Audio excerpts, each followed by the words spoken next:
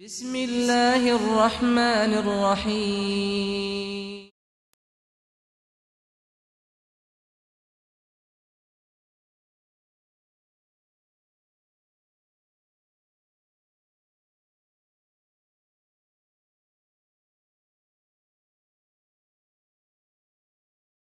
And about some of the other ulama, mind-boggling stories, Allahu Akbar.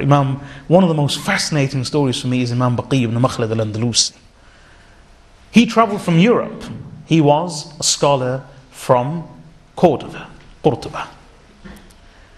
He had heard about Imam Ahmad ibn Hanbal, and he was a scholar and a student of knowledge. He wanted to hear a hadith from these great scholars of the East.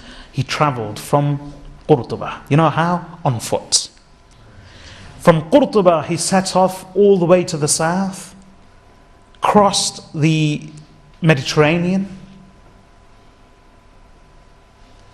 into modern-day Morocco, through the deserts of Morocco, modern-day Morocco, Algeria, Tunisia, Libya, Egypt, across the Sinai Peninsula, across Palestine, across the Jordanian and Iraqi deserts, arriving just a short distance out of Baghdad. When he arrived, and he had travelled on foot, and who did he go to see? Imam Ahmad ibn Hanbal rahmatullahi alayhi. It's a long story, I'll just be brief. Just outside Baghdad, he heard that the ruler of the time had punished and persecuted Imam Ahmad ibn Hanbal, and he had banned him from speaking. This tradition goes back centuries. So Imam Ahmad ibn Hanbal, he had been persecuted and punished and actually tortured by a Muslim ruler.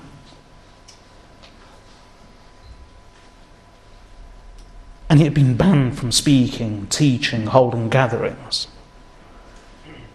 So he learnt, Imam Baqi ibn Makhlad only learnt of this when he arrived at a short distance outside Baghdad. As he says himself, his world collapsed. The earth opened up before him, beneath him. He had come to hear Imam Ahmad ibn Hanbal. In any case, he actually contemplated returning, but then he said, let me continue. He came into Baghdad, made some inquiries very secretly, and eventually found out where Imam Ahmad ibn Hanbal rahmatullahi alayhi lived. And since he had been banned, he went to the house of Imam Ahmad ibn Hanbal, risking a lot.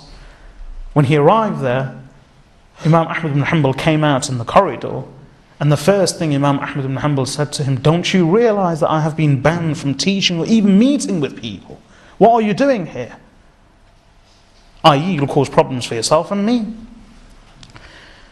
So Imam Baqi ibn Makhlad said to him, O Imam, I have come from very far to listen to hadith from you, and I only learnt outside Baghdad that you had been banned, but I have travelled so far. So Imam Ahmad ibn Hanbal said to him, where have you travelled from? Maghrib, meaning the Al-Maghrib al-Arabi, North Africa.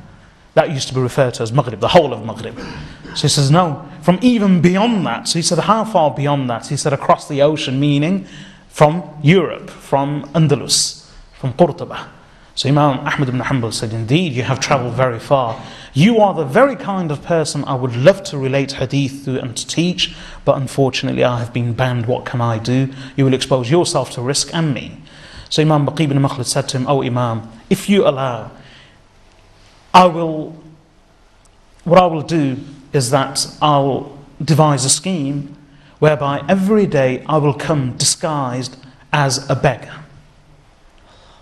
I will come disguised as a beggar. If I come disguised as a beggar every day, and without any risk to you, inshallah, if I come to you, will you relate hadith to me? Imam Ahmad ibn Hanbal said, well, come and let's see. The next day, Imam Baqi ibn Makhlad came disguised as a beggar, carrying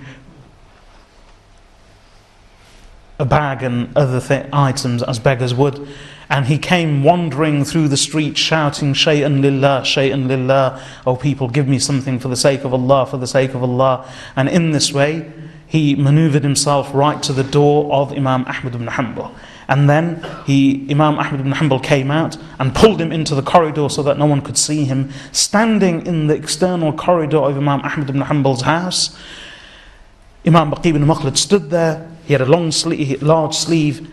From his sleeve he pulled out pens, ink pots, an ink pot, a pen and scrolls. And Imam Ahmad ibn Hanbal standing there in that risky position, Imam Ahmad ibn Hanbal began telling him, I heard from Fulan, I heard from Fulan, I heard from Fulan, who relates from Rasulullah sallallahu alayhi wasallam. And Imam Baqi ibn Makhlad would begin writing the hadith. Every single day he would come until 1 or 2 hadith a day, no more, until Imam Baqi ibn Makhlad says, I collected more than 300 hadith from Imam Ahmad ibn Hanbal.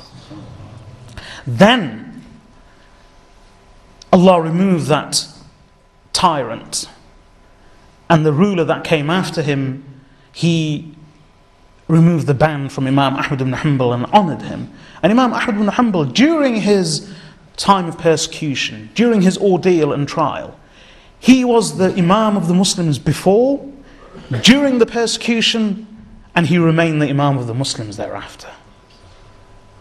So as soon as the ban was lifted, Imam Ahmad ibn Hanbal resumed teaching hadith in the masjid, and people would gather from everywhere. Imam Baqi ibn Makhlad would come and sit in the gathering, and in a multitude of thousands and thousands and thousands of people, Imam Ahmad ibn Hanbal would actually pick out Imam Baqi ibn Makhlad, who was a young man then, and he would say to him, come, and he would make him sit right in front of him, and then he would announce to the entire gathering that this is what you call a student of knowledge. And Imam Baqi ibn Makhlad then travelled back on foot all the way to Qurtuba, and then he came back a second time to listen to hadith from other Imams, and went back again on foot. Allahu Akbar. And he vowed that I will not mount any camel or horse or any mode of transport through my entire journey. And he died in Qurtuba, that's where he's buried as well. And it's said, Wallahu Alam, it's said by many of the scholars of the hadith, etc., that Imam Ahmad ibn Hanbal rahmatullahi alayhi, his musnad, his collection of hadith, Imam Bukhari's collection of hadith in the original Bukhari, including all the repetitions, etc., it's just over 7,000. And that's why in this condensed, abridged version, we have just over 2,000, because all the repetitions have been omitted.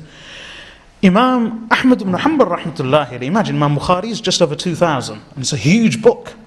Imam Ahmad ibn Hanbal's musnad contains more than 27,000 hadith.